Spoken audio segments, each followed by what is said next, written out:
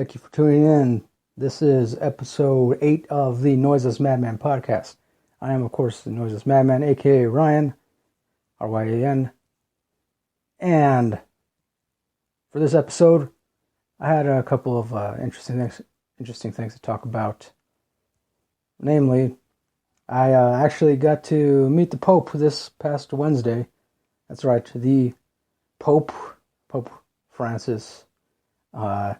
Okay, maybe I didn't actually meet him per se in the flesh. But what I did do was attend the telecast mass thing that they had here in my hometown city, El Paso, Texas. For those of you who don't know, this past Wednesday, the Pope, he, of course, visited the city in Mexico called Juarez, Mexico.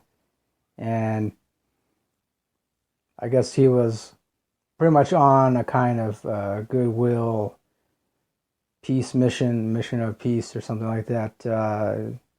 Just in order to bring attention to all of the recent violence and wave of cartel crime that's been going on in Juarez and other parts of Mexico for far too long. So, yeah, this past Wednesday he was there in Juarez, and of course, since Juarez and El Paso are practically sister cities, there's really just a very short bridge that divides both cities. Right here at the university, UTEP, the Sun Bowl Stadium, they went ahead, they set up this telecast thing, and it was a pretty interesting experience, although I will admit I did not want to go right away, mostly because I've never considered myself to be a religious person, even though I was brought up in a Catholic household, not a strict Catholic household, but mostly because both my parents were raised Catholic as well. But even they were never considered themselves to be devout, like really strict Catholics either. Although eventually my mom started to consider herself to be more of a Catholic. And I guess you could say out of everyone in my immediate family, she considers herself to be, kind of a diehard Catholic. But so, it was really my mom who, she really wanted to go. It was a really big deal to her, a really important event for her.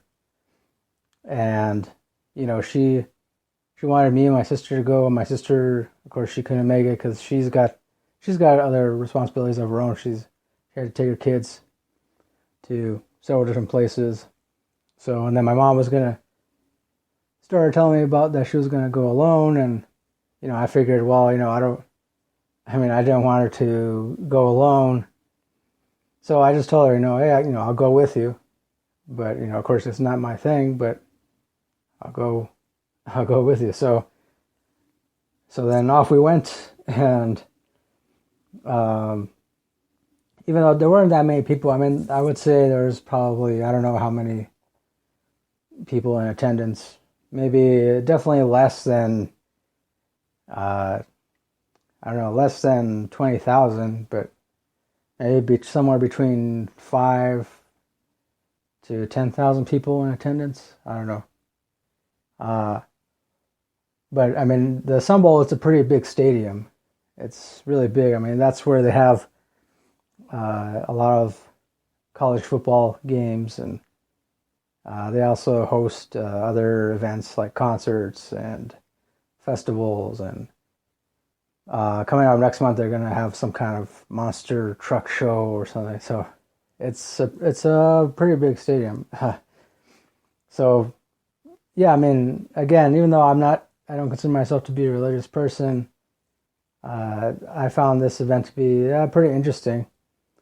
And Although I was somewhat surprised to see, I wasn't entirely surprised. I mean, I was pretty much expecting, but I will say I was surprised to see Pope T-shirts for sale. Uh, along with other souvenirs and merchandise, but uh, I don't know. To me, that just seemed very what's the word? I don't know, contradictory, or I don't know. Although supposedly some of the percentage of the profits from the ticket sales, and I think also a small percentage from the merchandise sales, were supposed to be going to a couple of charities, I believe. If not one particular charity, then a couple of charitable organizations. They're supposed to. I mean, I don't know. That's what I heard about. That's what I read about. So, in that case, I mean, I figured out. I guess it wasn't that bad, but still, it seemed kind of weird to see Pope T-shirts for sale, and some of the T-shirt logos I found to be pretty hilarious. Mostly because, well, there was one that read, and of course a lot of them had a picture of the Pope himself, but there was one that had his picture on it, along with the words, "The Pope is dope." So, and the Pope is dope. Of course, they meant it as dope as in the slang sense. Which means, when something's dope, it's cool, it's awesome, So yeah, I mean, I thought that one was funny. And I also saw another shirt that had a picture of a potato on it, and the only caption on that one was the word Papa, and PPA, I believe, because apparently in Mexico, there's a lot of people that refer to the Pope as Papa or El Papa, and which is a Spanish word for potato. But then there's also another word that's pretty much the same, just spelled slightly differently. One less P. But another word, of course, in Spanish, Papa, P-A-P-A, which just means father. I'm sure, obviously, you can consider that to be an English word as well. But yeah, so I mean, and not to mention all the other shirts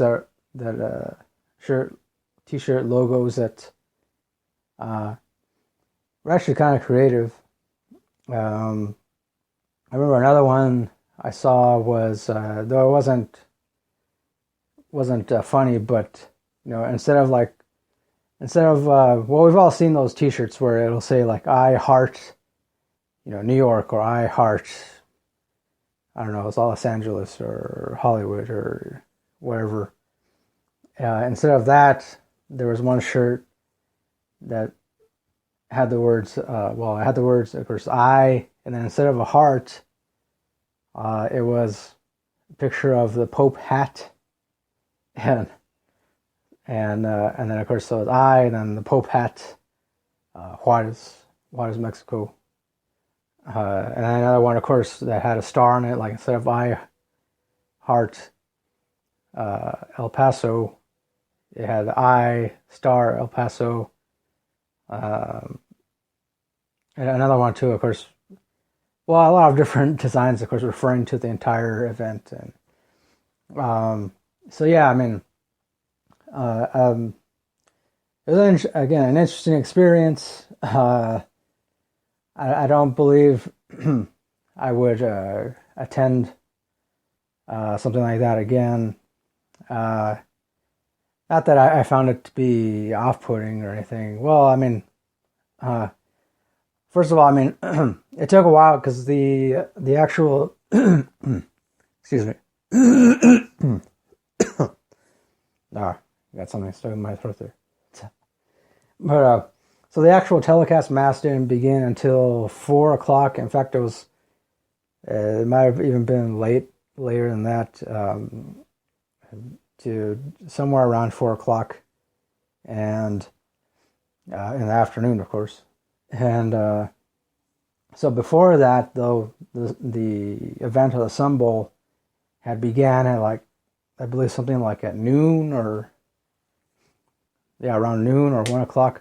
So they had a bunch of opening acts, and I mean, I guess, that's what they were. I mean, I don't know why, they're trying to downplay the fact that they were opening acts, or just they didn't want to call them opening acts because they didn't want it to seem like some kind of concert or something like that, because they wanted to keep an air of what's the word? I don't know, an air of holiness throughout the event. I don't know, but so they had performers, they had dancers, and of course I didn't see all of the opening acts. When my mom and I got there, there was this Christian musician who was playing some of his original songs, and I mean, it sounded like what you would expect Christian music to sound like. And even though the guy, I mean, yeah, he seemed pretty talented. And of course, unfortunately, the rest of the opening acts I didn't pay much attention to. There was one of the last openers was this priest from New Orleans, and he's supposed to be like, I guess, this hip kind of relatable priest, or where he pretty much panders. I mean, that's what it is. I mean, nowadays, it's hard to get kids, let alone adults, to pay attention to anything for more than a couple minutes at a time. So this one priest, from New Orleans, he was trying to be this, or I guess that's part of his whole thing.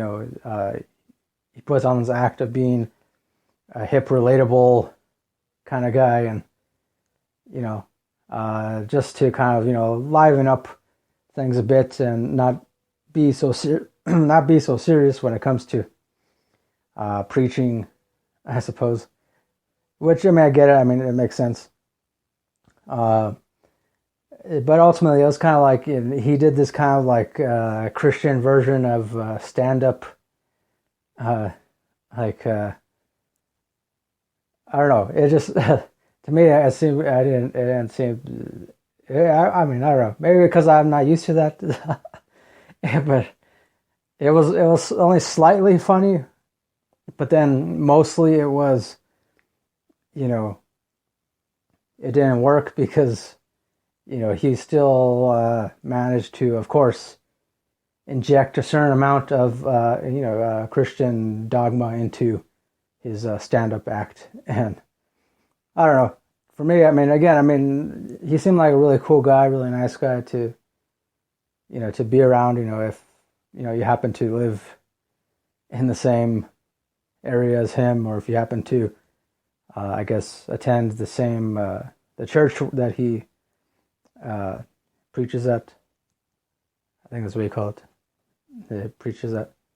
But yeah, but other than that, I mean, it just, and then of course I wasn't really paying much attention, mostly because the heat, it's the heat became really overwhelming for me, especially on that part of town, and it makes sense that that's why they call the Sun Bowl, because a lot of sunlight just